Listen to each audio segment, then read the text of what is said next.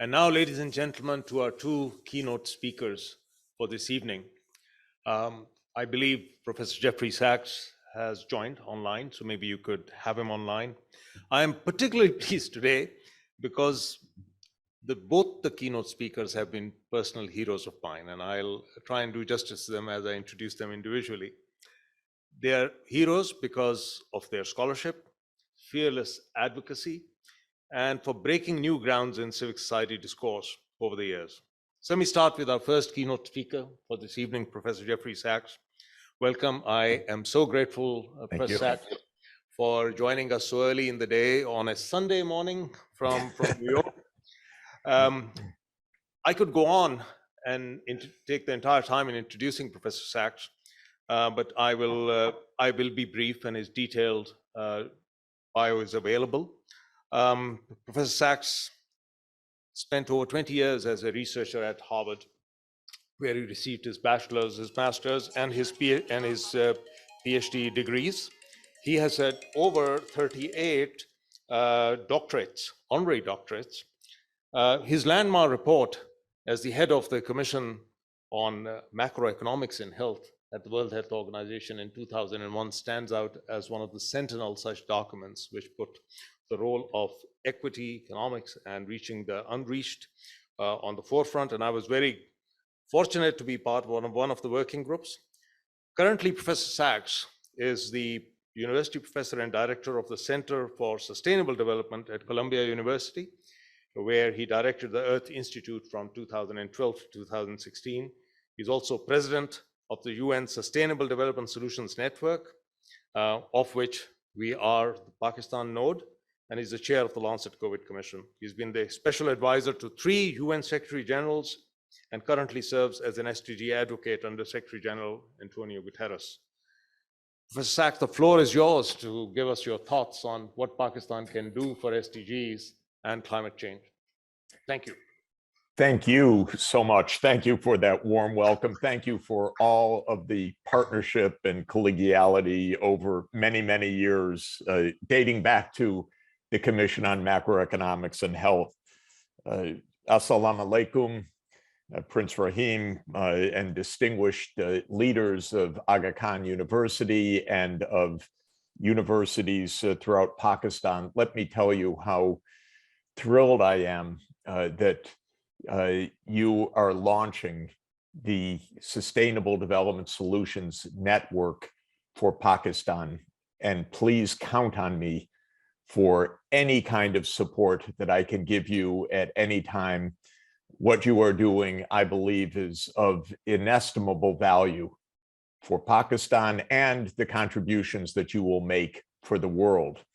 Aga Khan University is world-renowned, one of the world's leading universities. I'm so thrilled to have Aga Khan take this leadership role worldwide in the Sustainable Development Solutions Network. The challenges are enormous these days, and we are not successful at meeting them. In fact, I think the situation is dreadful and getting worse globally, I'm afraid to say. Our incapacity to deal with each other with mutual respect and understanding is a terrible blight on us as human beings.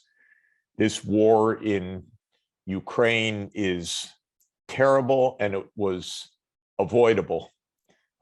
If my country, the United States, just learned to listen a little bit to other countries, including to Russia's legitimate security interest to not have NATO expanding to Russia's borders, this war could have been avoided. It's now a disaster, a tragedy, and I see every day, every minute, the media talk about escalation and the war that will go for years and horrible things. What they don't talk about is diplomacy and mediation to stop the war, to settle real issues, to make compromises where necessary, and to stop the human suffering.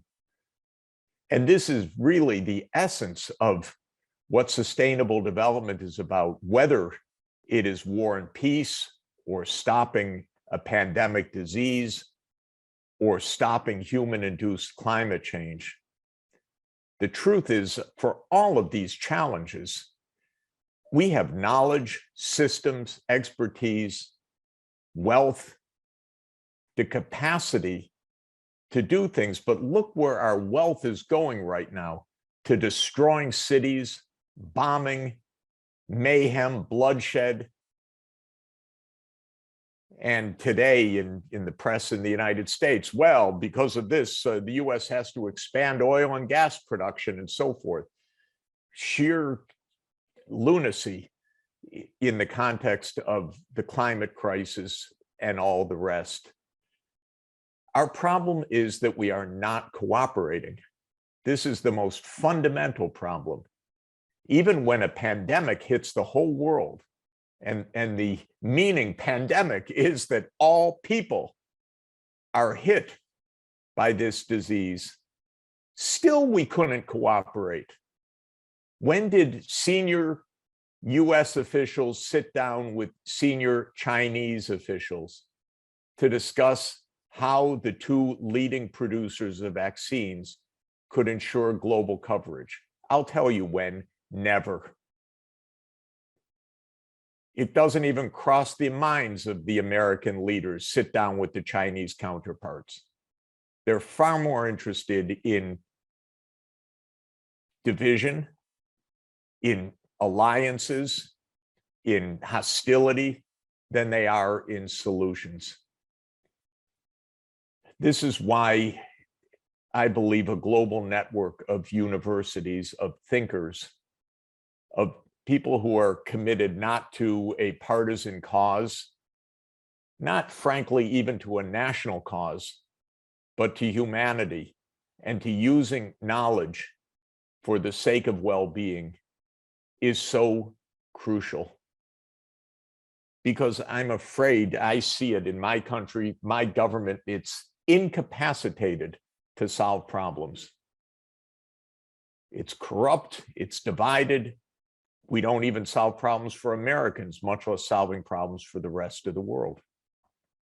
And so we really need an approach in which the best minds around the world are working together collaboratively across borders, across supposed national interests, which are not national interests at all, in my view, to find common solutions that can really work to address the major crises.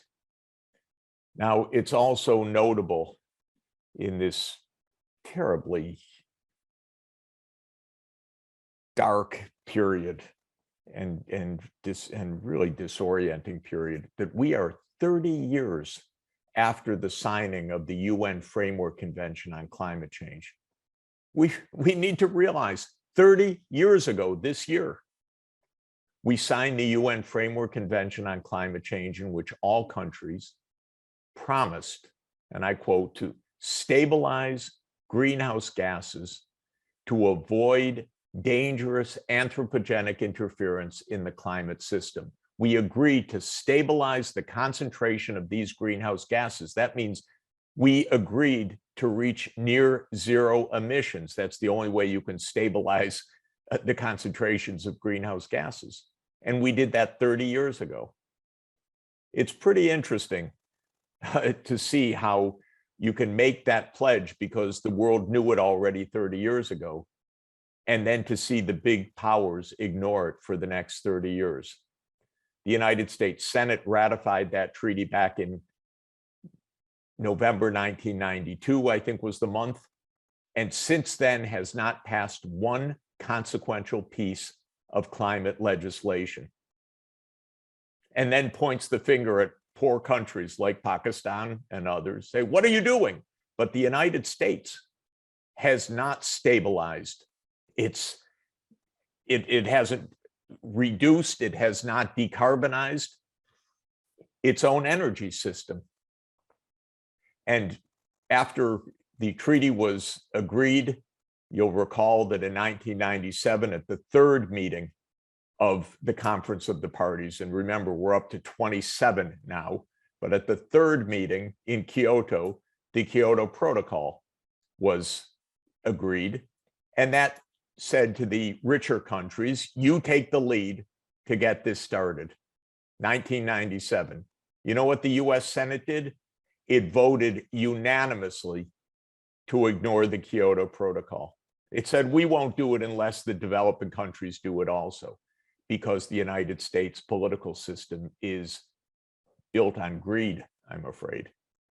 And so the US already back in 1997 rejected its international responsibilities. It wasn't until 2015 that we came to the table and agreed on the Paris Agreement. And then the very next year, Trump was elected and walked out of the Paris Climate Agreement. Now, after President Biden came in, he put the US back in the Paris Climate Agreement, but could not get the legislation passed through the Senate. Why?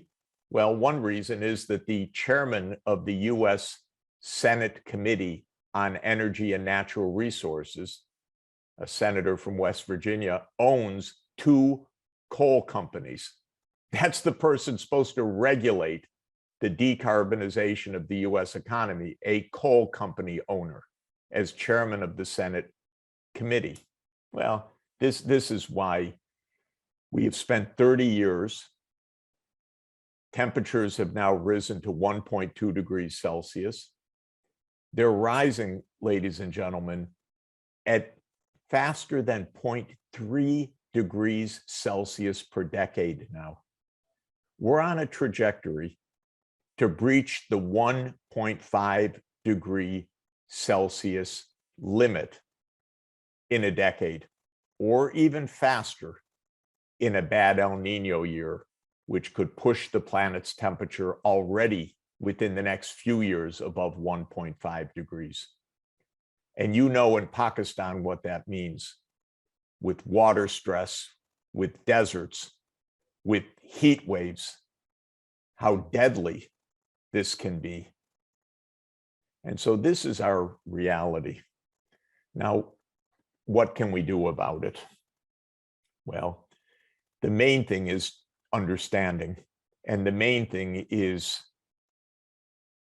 and this I don't have a magic solution, but a global political arrangement in which the human good, the common good, takes precedence over the extreme nationalism, the short-sightedness, NATO, military alliances, vested interests, but just actually the human good of humanity, where people want to live safely, have enough to eat, be able to raise their children in peace. It doesn't cost anything. It saves trillions that we squander in wars. So it's not a matter of finance. It's a matter of our brains, our psychology, our capacity to cooperate. My suggestion for SDSN Pakistan is the following. Pakistan is a wonderful country that has a lot of sustainable development needs. Pakistan is a lower middle income country. The per capita income is still around $1,200 per capita in US dollar terms. There are major needs, basic economic needs that still need to be met. My own view is that the way to approach sustainable development is through a long-term strategy and long-term planning that focuses on the core investments that a society needs in order to be prosperous, socially just, and environmentally sustainable. Let me quickly mention those if you'll spare me another 5 minutes. I see 6 major investments that are essential. The first, and by far the most important, is education. Investment in Pakistan's boys and girls, its children, its future, the lifeblood of the society. And there, I think there is no more important investment than education. Now, the situation in Pakistan in education is not good. It is still the case that the completion rate for upper secondary school, in other words, high school completion, is only 1/4 of the children, according to the data that I have seen. And only half the children go on past lower secondary education. I would say that this is not feasible for Pakistan's future. Pakistan needs an educated population, educated to make the right decisions for the future and to be able to navigate an increasingly technologically complex world. So the first area of investment is education for all children. And SDG 4, Sustainable Development Goal 4, calls for all children to receive free and universal access from pre-K through upper secondary school. The second main investment is in health. And the pandemic has shown us that one needs a health system. And Aga Khan University is one of the great universities, both for clinical medicine and for public health. And a health system includes both branches, something the United States does not understand, because in the US, we don't even know what public health is. We know about clinical medicine, that's where the big bucks are. But the investment in public health is almost nothing. And that's why the US has had 1 million deaths from COVID, because we don't have a public health system in this country that functions. So the second major area of investment is a health system, including the clinical services at all levels, from community to tertiary, and the public health system, surveillance, epidemiology, ability to contain an emerging infectious disease, environmental health. The third main investment is the energy transformation. And as your president just noted, this is a challenge for every part of the world. I apologize for the United States' disgraceful misbehavior in this area. We're fighting all the time to get the United States, this supposedly powerful country, to be a little wiser, maybe a little less powerful, a little more wise would be good for US well-being and the world's well-being. But all countries need to decarbonize. And that means tapping zero carbon energy sources. And this is a major challenge. This requires a systems design approach, top engineering, understanding the technological options, understanding the mass mobilization of solar power, of which Pakistan has a lot of wonderful sunshine, and other zero carbon energy. The fourth investment is in sustainable agriculture and sustainable land use. Pakistan is deeply water stressed. Higher temperatures are going to threaten food security. This requires a lot of investment in irrigation, in landscape and water management, in mechanization and food conservation and preparation, reducing post-harvest loss, transport and storage facilities, sustainable land use.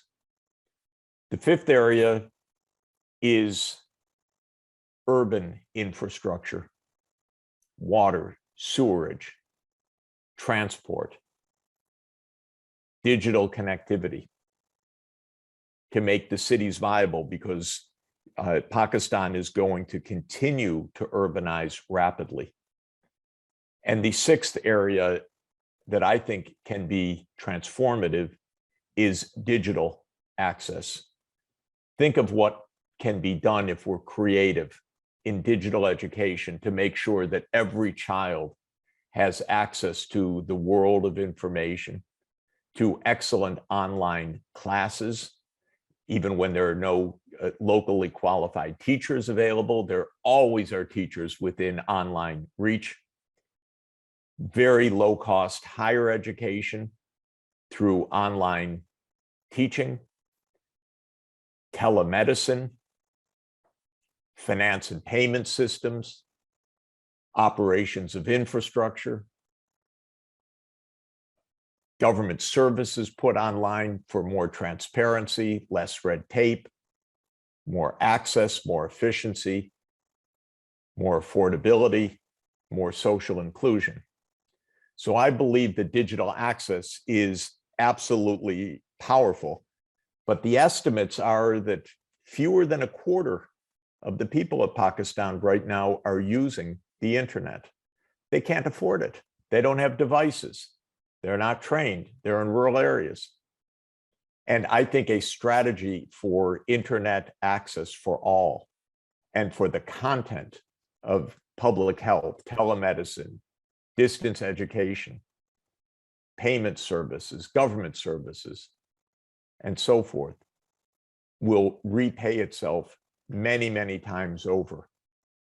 I know that next door in India, Reliance is massively rolling out low-cost access to digital services with the geo systems. This is something that I think Pakistan can and should do as well.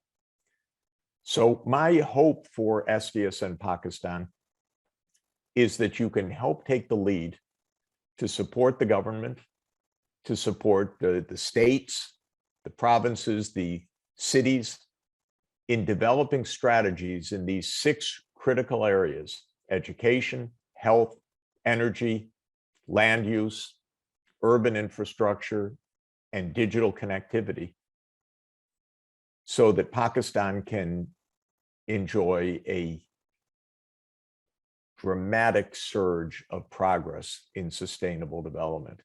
We know it's possible. It is surely possible with great institutions like Aga Khan University. It's absolutely possible.